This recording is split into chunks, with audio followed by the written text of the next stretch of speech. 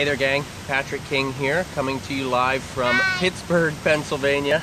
My daughter Carly's sneaking in the video here in the background, celebrating her 7th birthday today. So we've got a few days here in Pittsburgh, just kind of enjoying our time together. We were parking the car and I found this fella here sitting on the park bench and tried to strike up a conversation, and he's just not saying much. So anyway, he didn't seem to mind doing this little video with me. So today's question is coming to us from Sean. And Sean actually was a rider. He was a participant in the recent Nakota horse experience that we conducted in North Dakota a couple weeks ago. So Sean asks, I'm bringing Vinland home in a few weeks. That was the horse that Sean was paired up with. They kind of fell in love with each other, and so now he's taking him home. He says, what should we do to be prepared for his arrival? What are some of the first exercises I can work on with him to get him acclimated to the new place? And how would you go about introducing him to his new herd? So this is going to be a little challenging for Sean and Vinland, just because Vinland is barely halter broke at this point. We worked up to that point during our week. He was one of the feral Nakota horses out there at Leo Kuntz's Nakota horse ranch. So the biggest thing, Sean, that I would work with him is the basic haltering process and getting him desensitized kind of to the approach and petting on him. A lot of the stuff that we worked on at the course. And what I would do with any horse in his situation is I would try to get him out to as many places on your property as possible, working on those little things, those exercises, getting him to yield his head and neck and have the feet follow through with you. Lots of rubbing and petting and the relaxation idea, much of what we worked on there at the Nakota experience. And for anybody who wasn't there, just lots of helping the horses to soften and stretch and breathe and just be okay with the handler, in this case with Sean. I would work quite a bit on separating the horse's hindquarters and separating the shoulders, making sure that those feet follow your lead rope so that he understands in any place on the farm there, he needs to be following that feel.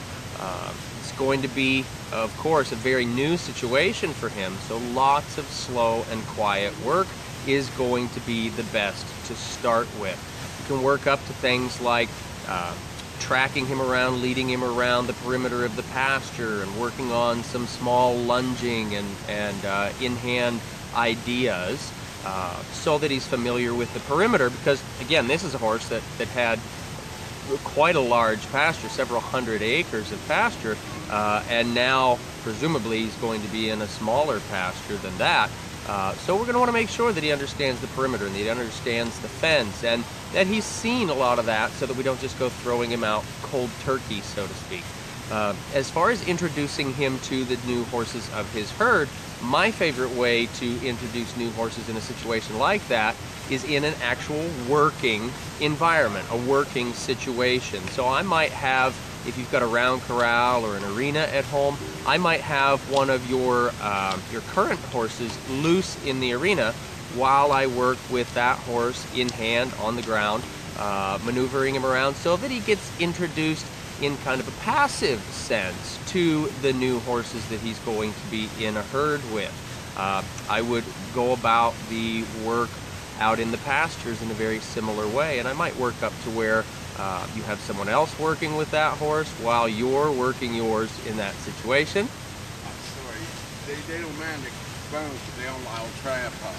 But I see that Gotcha. your phone on it. Yes, sir. Thank you. Thank you. I ain't seen nothing. Thank you so much. Well, see that?